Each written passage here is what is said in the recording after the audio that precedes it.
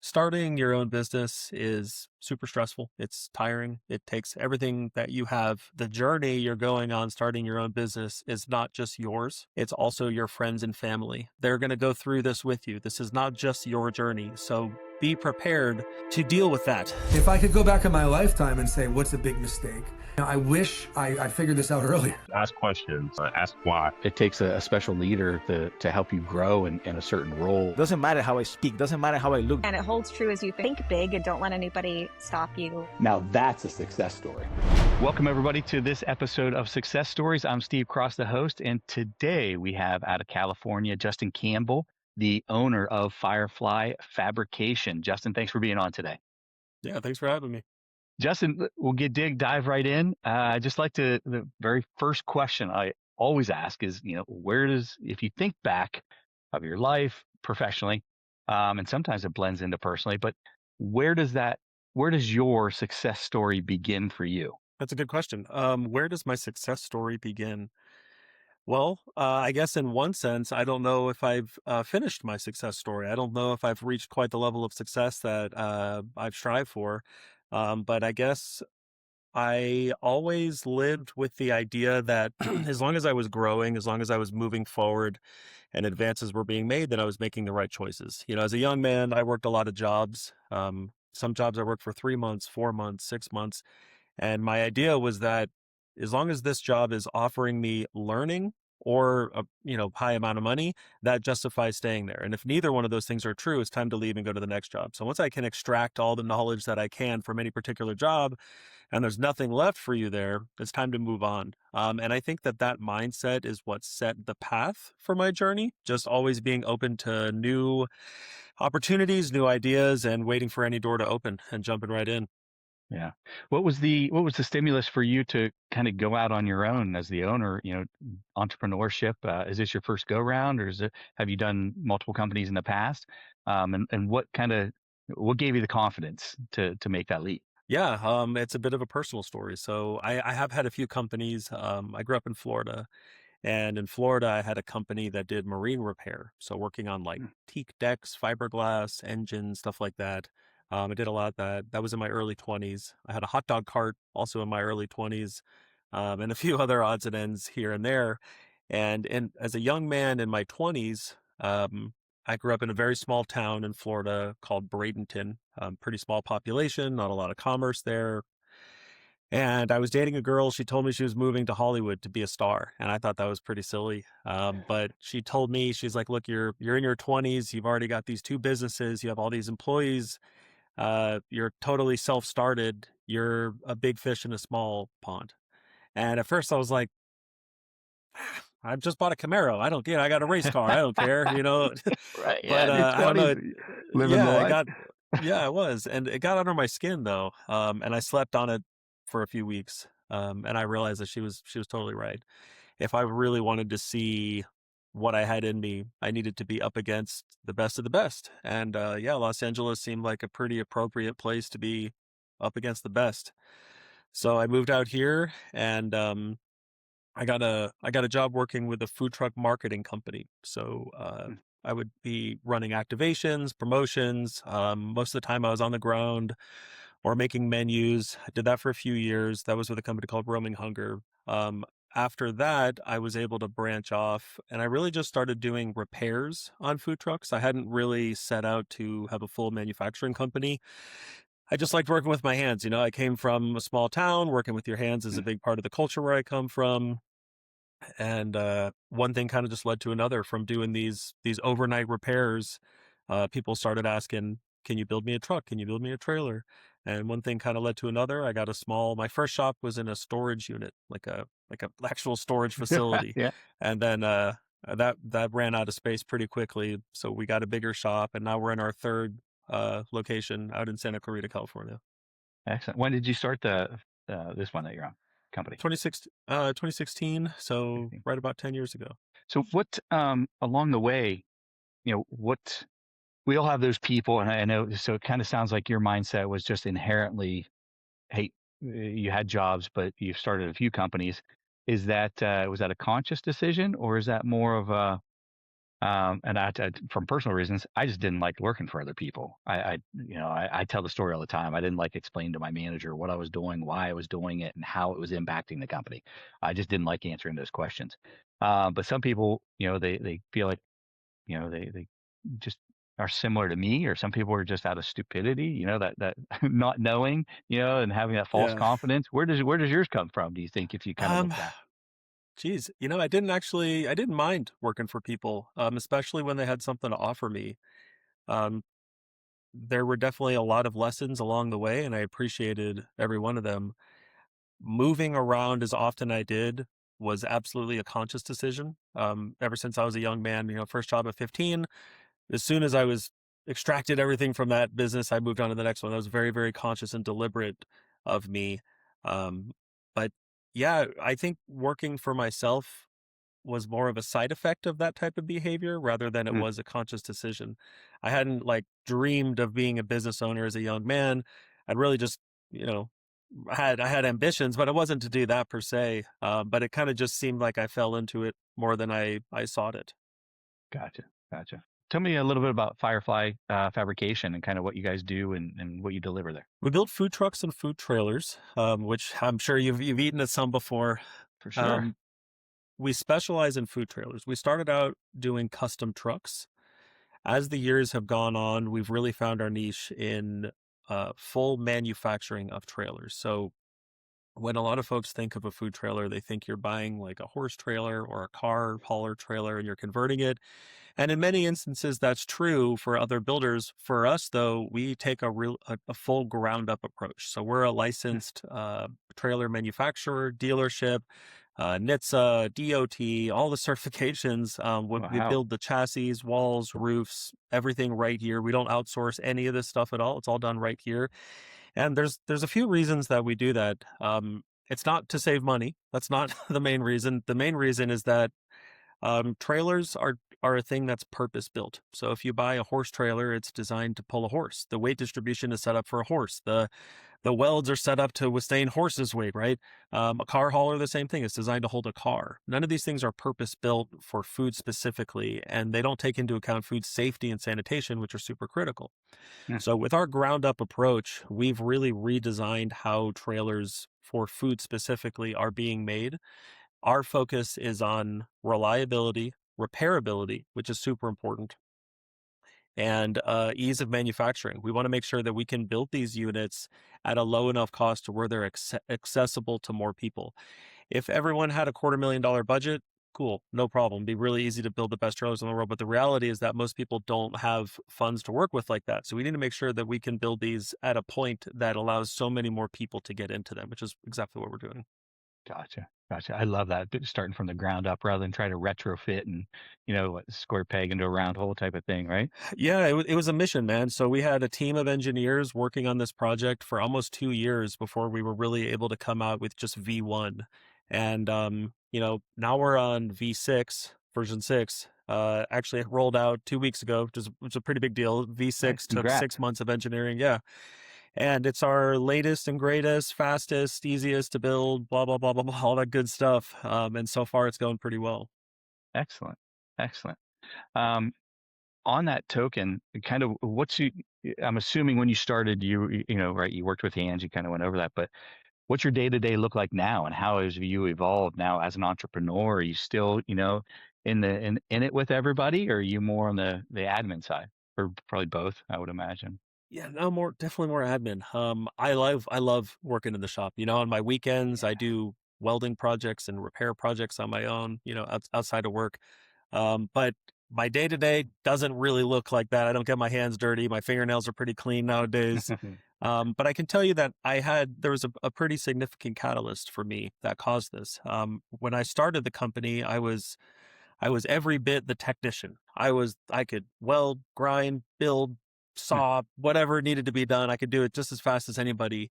And what I inadvertently had done without realizing it, which I'm sure you've heard before, was rather than starting a company, I started a job for myself and I was just working.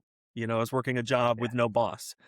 Yeah. That went on for some time. Things were going well. We were making a good product, but it was 60-hour work weeks nonstop, and it was just ruthless. It was awful. I got in a motorcycle accident pretty bad. I was in the hospital for like 6 months. And I didn't think I was going to be able to keep the company going. I thought I had to focus on my health and healing. And I was able to get out of the hospital for a little bit. I came to the shop in a wheelchair and I talked to my team, my shop team, and I told them, listen, guys, I don't think we could do this anymore. We gotta shut down Firefly. I'm sorry. And they talked amongst themselves for a bit and they came back and they said, boss, when things were tough for us, you loaned us money. You've been there for us. It's your turn to receive some help. Don't worry about the company. We're going to keep building these trucks. We know where you order stuff from. We know who you're paying. We know how to do it. You go and you focus on healing.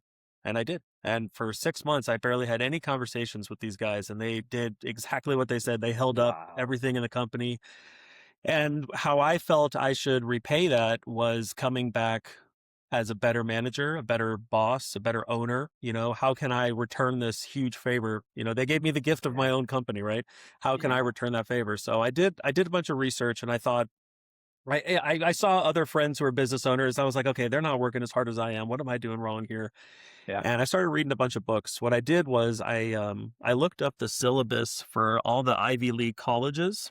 I wanted to see which books you're reading if you're going to business school at any Ivy League school. And I cross-referenced these books. So any book that was used in more than one syllabus at any Ivy League college, which ended up being like 35 books. A lot of the schools are teaching the same books. I bought all those books and I'm out there just sitting in the hospital waiting to heal. I got all these tubes all over me. So I just started reading these books and it changed my life, just able to change your mindset in that way for months, a Yeah. period of months. It gave me the ability to realize that I was just working a job. I wasn't a manager. I wasn't an owner. I was just Yeah. doing the work and that needed to stop. So that coupled with the fact that I was on like crutches for a year after that, I physically couldn't work in the shop. And that experience, while it was awful, I mean, I was in the hospital for a while, but going through that experience forced me to transition from a tech into an owner. And ever since then, I haven't really looked back. That caused us exponential growth. I mean, just shifting that focus allowed me to free up my time to focus on how can we grow the company? How can we save costs in purchasing? How can, all the stuff you're supposed to be thinking about as a business Yeah. owner? It really opened the door to that for me. That was about 5 years ago. And since then, I mean, sales have just steadily gone up, costs have gone down, everyone's work-life balance is much better. There's a lot less fires to put Hmm. out.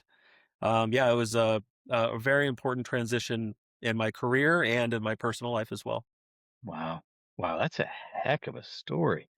I can I can Thanks. say that no one that I've spoken to has been forced into basically an adaptation like that, right? It was adapt Yeah, or go out, which you kind of said you were going to go out, and your team. How did? Wow, that's amazing that you had the right people around you like that, right? I did. But I also Yeah, think it yeah, yeah. comes back to you of treating them right, even if they were the right people. If you hadn't have treated them right in the past, they wouldn't have showed up for you, right? Yeah, well, I was just reading another book on leadership. I like to read a lot of business books now. It helps me a lot. I was reading one on leadership, and it was saying, as a leader, naturally you're going to attract the people who are most like you. So if you're not happy with the people around you and your employee, you should look in the mirror and figure out what about yourself can you change to better attract stronger people. And so if I do that exercise, if I look at the people that surround me in my company, I do see that many of them share the same faults as me and they have the same strengths as me. So personally, I think I'm someone who's very loyal. I think friends and family come first before anything. Sometimes I'm not the most organized. Sometimes I procrastinate, and I see those same strengths and weaknesses in the people who work for me as well. I thought that was an interesting reflection. Sure. Sure. What do you see in yourself as the largest changes or enhancements, I think you can say, in the role adaptation? How did you become a better leader? Like consciously, what do you focus on now in your leadership skills? It's really important to focus on solutions rather than mistakes. I know that sounds cliche, but it is super Yeah. critical. If you let your employees work in fear that they might make a mistake, the end result of that is worse than the mistake that was never made. So, what we always work towards is constant innovation and constant optimization. And that is a ethos that has to be instilled in everyone. It doesn't matter if they're sweeping the floor or if they're your top engineer. Everyone has to feel welcome all the time to come up with ideas and suggest them. And all of them have to be taken seriously.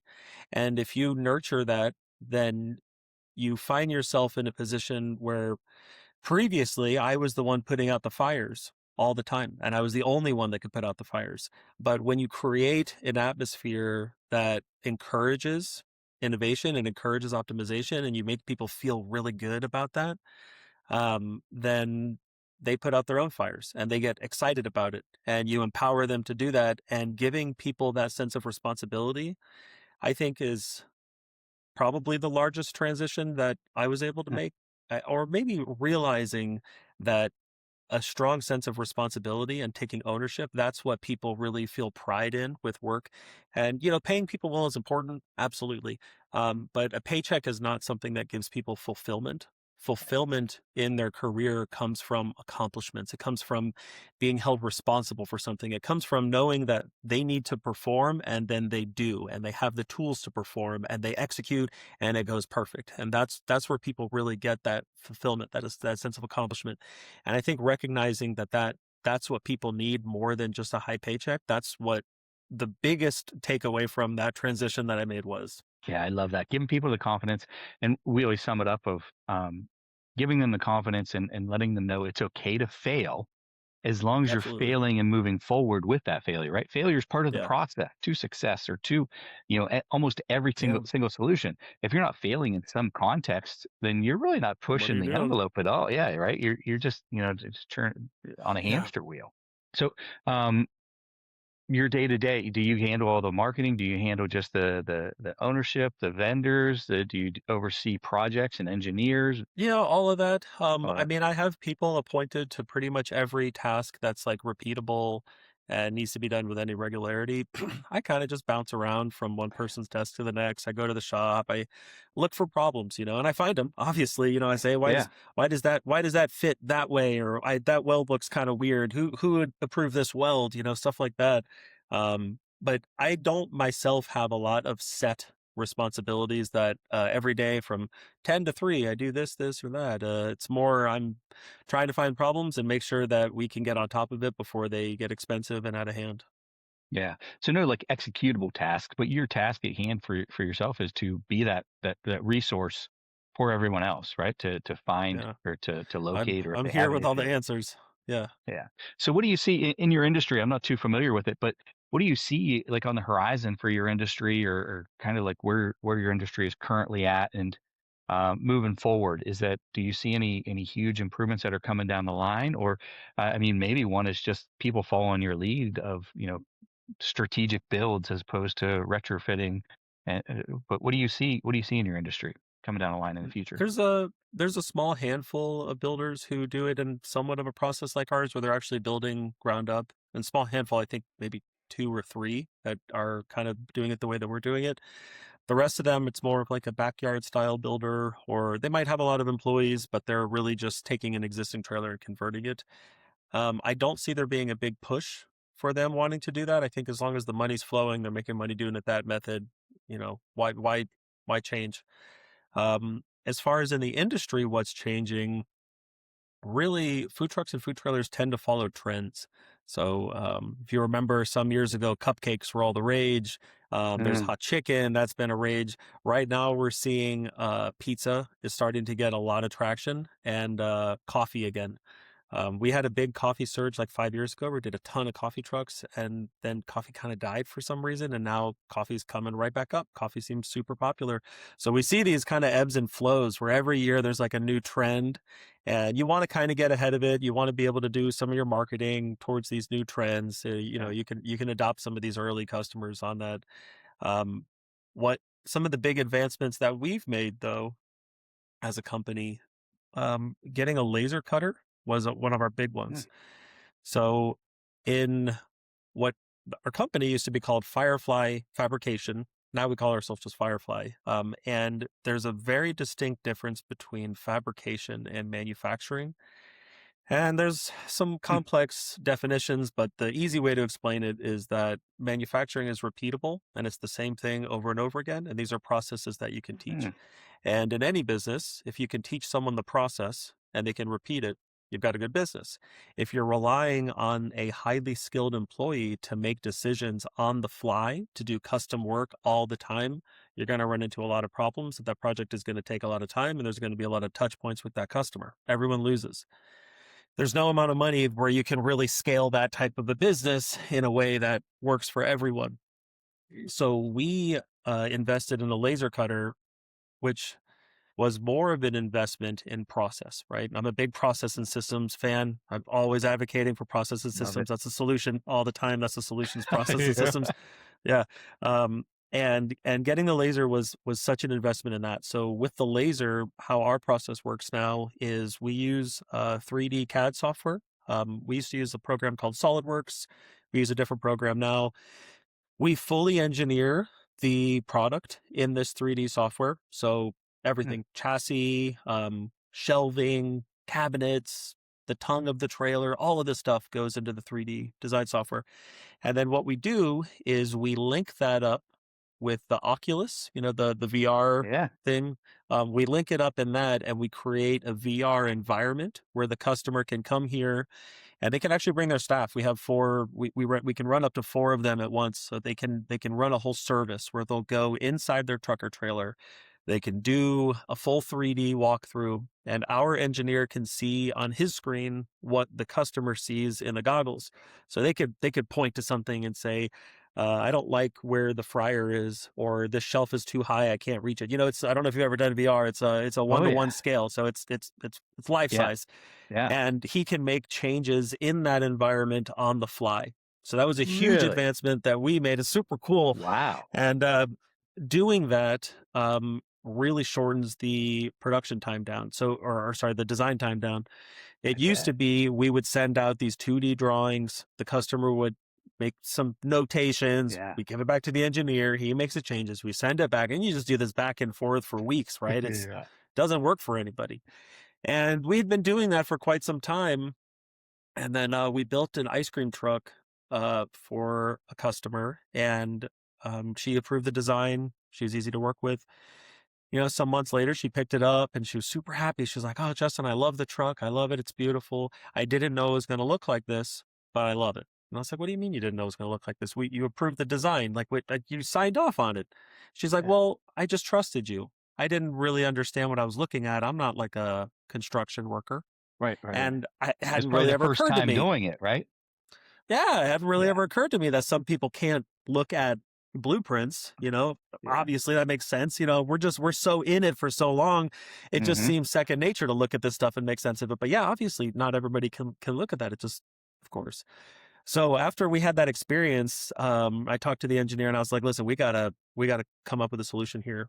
We can't have customers not knowing what they're paying for. They need to know what they're paying for. We need to Yeah. make sure that they know exactly what they're getting." So that's when we launched into this whole 3D thing. And yeah, we've gotten great feedback from customers. They love it. It's super fast. Almost every customer who goes in it goes something like this. They'll see it on the computer and they'll say, "Oh, that looks great. I don't need to do the VR," because they get embarrassed. "I don't need to do the VR. It looks fine on the computer." And we always tell them, "Listen, just do me a favor. Go into VR. Just take a look at it. It's just part of the process. It's easy." Almost every single person who does that then makes changes when they're in VR. And that's what we want. That's what we want. We Exactly right. want them That's to what make you those want. changes. You Yeah. want the See, feedback. Yeah. exactly. Yep. And it's free. We can do this all day in VR. It costs us nothing, right? But after we've built the truck or trailer and then you want to make changes, now that's an expense. We want to Yeah. avoid that. Yeah. So yeah, that's been one of our biggest advancements is really adopting technology in that way to give That's our awesome. customers a better experience. That's Thanks. very cool. That's very cool. Yeah, it's nice. And you probably felt good when you heard her say that, "Oh, we just trusted you," because that feels good, right? Because you sold Sure. yourself Yeah. and your reputation, you're an authority. But then it kind of probably what happened is you're like, "Oh, crap, she trusted us." It was, right? Yeah. That's the very next reaction. Yeah, Yeah. Yeah. exactly. Yep. Yeah. And your goal, I'm sure, as a business owner or somebody that's delivering a product, especially in your cases, you want to make sure that product is exactly what they envisioned, exactly what they want. You don't want there to be any variables or unknowns on that delivery, right? Because I'm sure you probably Exactly. ran into other times where you're like, back in the day, you give them something you thought it was perfect, and they're like, "Well, I didn't know this," or "I wish I would have had that." It happens. Growing pains with It all of us. happened all the time. Yeah. Now Yeah, we never have that happen ever. yeah, Not even that's once. awesome. Yeah. Totally That's avoided that. amazing. Good for you. See, those are the fun stories that I love hearing about the advancements of. I can't believe that somebody in like the real estate and like a contractor isn't using something like that in that same way where they could do a walkthrough of their house. Because I was I just think trying to think of more a little bit they applicable are. things. Yeah, Yeah. are they? Maybe I I was where think you're to at. some extent they are. I don't know to what level, but I've seen the use case for it and I've seen it being advertised. I don't know how prominent Really? it is. Yeah, that's amazing. But yeah, we do full so we'll add shadows, lighting, textures. We try and make it look as lifelike as possible. We really want people to be immersed in it. The crazy part is that you can make those changes on the fly. Because in my experience, and maybe I'm just behind the times because I don't know it as well as you do, but like CAD software, I feel like it used to take a while to render, right, to then Yeah. deliver. But you guys, you're just doing it on the fly like that. It gets a little technical. It depends on exactly how Really? you're rendering it. Mm, There are certain ways that we do renders that make them photorealistic that do take quite a while, like 20 no minutes of longer. photo. But the way we render for this is a lot lighter. It doesn't use so much CPU. Gotcha. And the fun part for me, being such a process guy, I like to get the customers really engaged with doing like a lunch service. So I'll say, "Look, okay, you're the owner, bring your cook, bring your order taker, bring all these people. We're going to put them in Mm, there, and let's put each person at the station that yeah. they're going to be at in the kitchen." We had one person, they even brought us like their cups. They were a tea company. They brought us their cups, their containers. We modeled all that stuff out in there, and we had like custom shelves for all of these different things, and we want to see how that order flows around the kitchen, and it's super fun. That would be a really fun job to be a consultant Yeah. in kitchen flow. But the idea is you want the order to come in at the order taking window. Most food trucks and trailers have two windows, one on either side.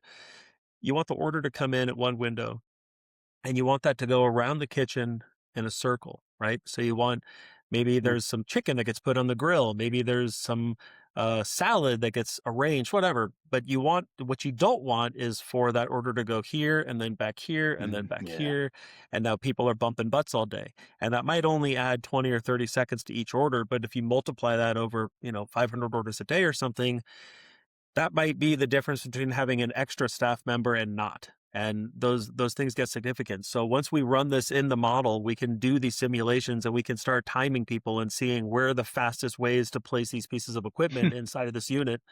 And yeah, it's super fun. And the customers love it too. Oh, I mean, who doesn't like yeah. working on their business in that way? For sure. For sure. It amazes me. The most eye-opening thing that I feel like we're talking around is that you are such an expert in process, and you took that from fabrication, right?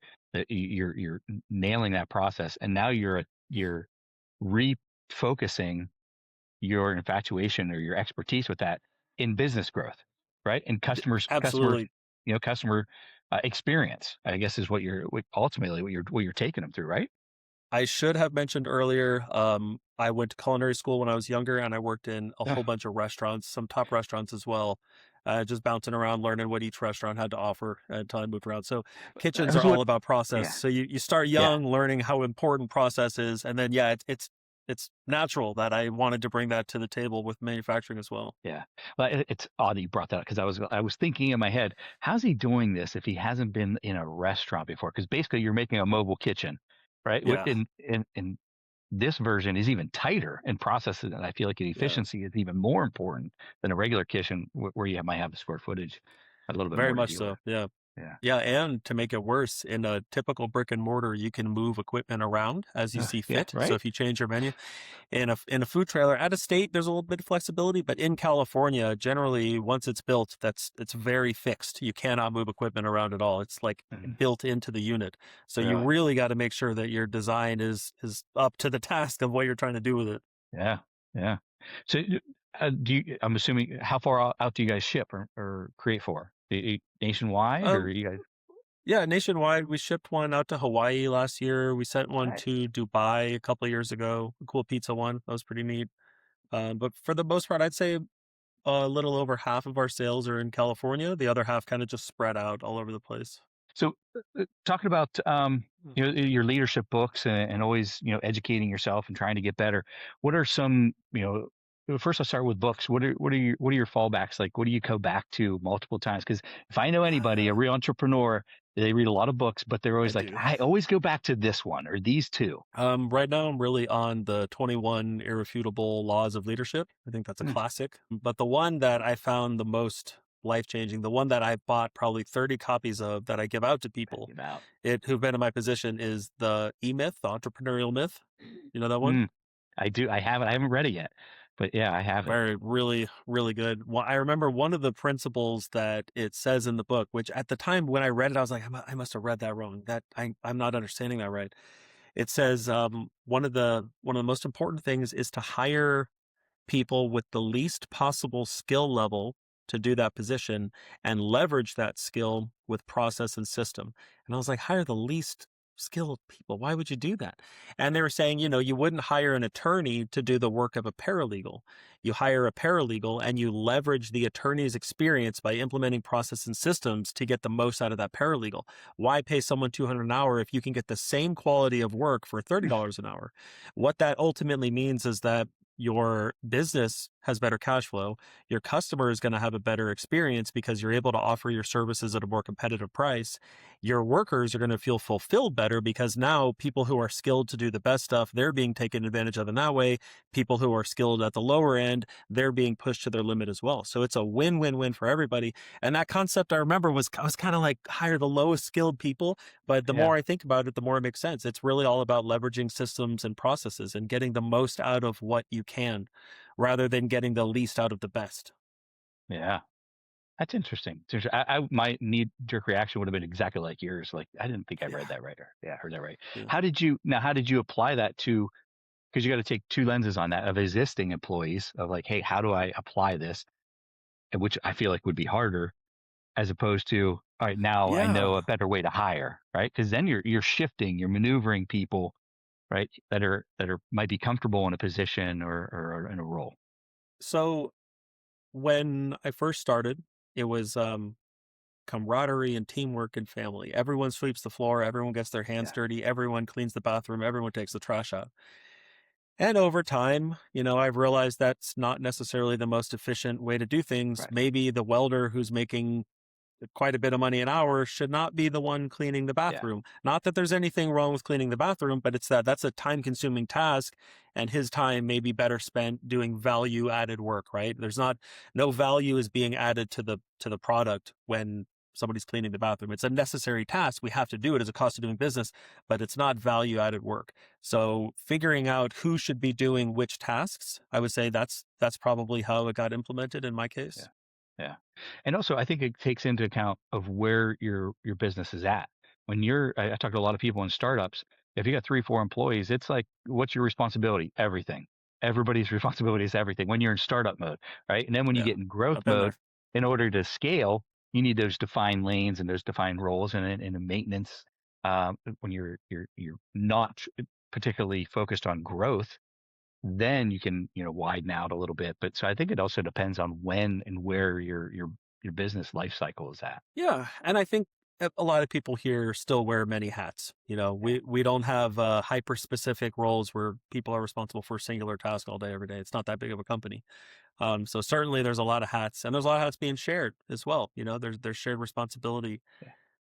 Yeah, But I think at the core, you want somebody that is willing to do all those things, right? But not absolutely. necessarily feel the need that they have to or that it's their responsibility, right? I think that Yeah. maybe the differentiator there, because you don't want anybody saying, "Well, that's not my job," right? That'll get you I hate fired that. real fast at my I company. hate when people say that. Yeah, right? That is Yeah. such a pet peeve of mine. Yeah, I don't like that at all. No. Yeah, I'm with you. So, You know what? yeah, I'll tell you a personal story. When I was a young man, I had just gotten out of culinary. It's something I to this day I feel so guilty about this. I had just gotten out of culinary school, and I was working at a hotel in Sarasota, Florida, and the dishwasher called out of the hotel, and there was no one to wash dishes, and we had a lot of dishes. So, there was maybe 5 guys in the kitchen, and it was supposed to be each one took their turn to do the dishes, and it came to be my turn. And I said, no, I'm not doing any dishes. I went to culinary school, so I don't have to do that kind of work. I know I don't like that kind of work, and I don't want to have anything to do with that. I'm here to cook. I'm here to prep. I'm not here to do dishes. And man, thinking back, I can't believe that I said that. I am so not that person now. I Yeah. really feel super guilty about saying that because it's someone's paying you to be there. You do whatever is asked of you, you know. And in that situation, that was a failure of an opportunity to be in the team. You know, that wasn't the dishwasher's problem. That was the team's problem. We were a small team and that was a problem that we faced, and I rejected that team. Oh man, what a terrible move on my part. I would never approve of somebody working for me who said Yeah, something right. like Yeah. I said that day. I mean, I was like 20 years old, I was young and dumb, Yeah. but yeah, that stuck with me. And I would never want to have somebody work for me who had that point of view. Really, this is a Yeah. problem for the team, and we will fix it as a team. Yeah.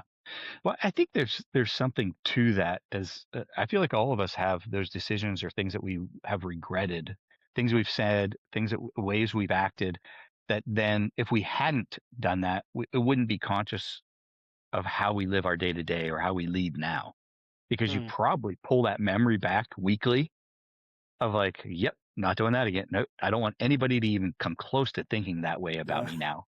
So you probably go overboard to the of going overboard on that when people don't even you're know the probably right. history of why, right? Yeah, But I think there's value in those yeah, regrets you're and those probably poor right. decisions, you know? Yeah. Yeah, So, yeah. so in somebody starting out in your industry or somebody even outside of your industry now is what to make the leap to be CEO, or even somebody that just wants to get in a leadership role. What are some words of wisdom that you have that you can share with them that you think would take them, to the destination or help them achieve their goals? Some things that I could change about what I did. I definitely would have gotten a business loan. I started completely bootstrapped with like very little savings in the bank. Having even a $50,000, $60,000 loan to start out with would have been very helpful. In addition to whatever cash you have saved, that would have made a big deal for me. Read more books. That's a big one. That helped me. It changed my life. Process and systems, it doesn't matter what industry you're in, process and systems is always the answer for growth. It's always the answer for stability. It's always the answer for cash flow. It's process and systems. So yeah, I can't overstate that enough. But yeah, getting a loan, reading, educating yourself, process systems. Those would be my big ones. Is there anyone that you kind of attribute your success to, a mentor or a family member, friend, where you're like, "Ah, I really leaned on this person a lot." And this could be even somebody that you've never met, somebody that Yeah. you absorb their content, like maybe an author or somebody that does content. Is there a Um, person or a couple Not so people? much. No? Certainly, there's been a lot of support from friends and family. But no, I don't know if I quite had a mentor. That would have been great to have Yeah. something like that. What I can say though is that starting your own business is super stressful. It's really taxing. It's tiring. It takes everything that you have and often more. And a lot of people are more than willing to sign up for that task, and more power to you. However, a often not considered and unintended consequence is that the journey you're going on starting your own business is not just yours. It's also your friends and family, because even if you don't intend to bring them into your journey, they will see that you're struggling and it will affect them. They're going to go through this with you. This is not just your journey. So be prepared to deal with that, knowing that you're not just hurting yourself. You're also maybe not hurting, but you're stressing them out, or Yep. you've dragged them into your problems that you're creating for yourself. So be aware of that, and be aware how close you let some people get, because while you may be able to handle the most stress in the world and the most responsibility in the world, those who are close to you may not be able to handle that. So don't assume that they're going to be okay hearing about your day-to-day problems. Some of these problems may be ones that you have to tough out on your own to protect those who are closest to you who can't handle those same stressors. That's a real interesting take, because many times I hear from people of, "Hey, I wouldn't have made it without so and so," like my significant other. They really, when times were tough, I was down, didn't know if I had the confidence. They were the ones helping support me, but no one's brought it up in that lens of the stress I'm dealing with or the life I have put myself, they're inheriting it because they're so close. Like just, the empathetic Yeah. towards what you're feeling that they Well, absorb it, right? you asked for it, but they didn't, Right. So yeah, Yeah. you wanted this. You get to deal with these choices, but those other people in your life, they didn't ask for this. They're going along with your program and they're doing it because they love you and care about you, but they did not seek that life. You Yeah. did. Yeah. Yeah. That's interesting. It's an interesting take for sure. Well, lastly, give me a couple seconds on just appealing to the person that might be starting their own business and just lasting words of maybe confidence, maybe caution, which you've already offered a little bit of. But is there one thing that you want people to get out of this about you, Justin Campbell? I'm very thankful that I did start my own business, and I've found that the business has been a mirror of myself, where the things in my own life that I am not good at are the same things that my business is not good at. And alternatively, the same things in my business that are good are the same things in my personal life that are good. And it took me some years to realize that. But if you can start your business realizing that your business will likely have the same problems you have and likely have the same strengths that you have, then you can start early on hiring the right people to help fill those gaps. Like personally, don't like bookkeeping, don't like staring at numbers all day. Not my forte. I wish I realized that early on. I could have hired a bookkeeper and it wouldn't have been months and months of fixing the books and reconciling, just this nightmare of a bookkeeping project that eventually gets sorted. But if you can realize those shortcomings that you have early on and hire appropriately or figure out some stop gaps, that'll really help improve your quality of life. Love it. Yep.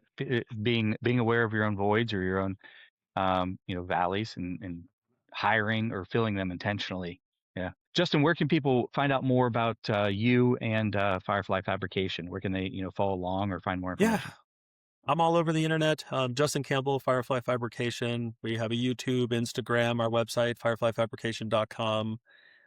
Yeah, we try and post on social pretty regularly, and we're starting to do more recently. Excellent. Excellent. Justin, thanks so much for being on today. Really appreciate you hearing your story. Very unique. And I love bringing those unique perspectives and background to the audience because they love it. Yeah, Really appreciate thanks you. for letting me share. Yeah, thank you. Everybody stick around. More content to come. Subscribe, like, follow us. Talk soon.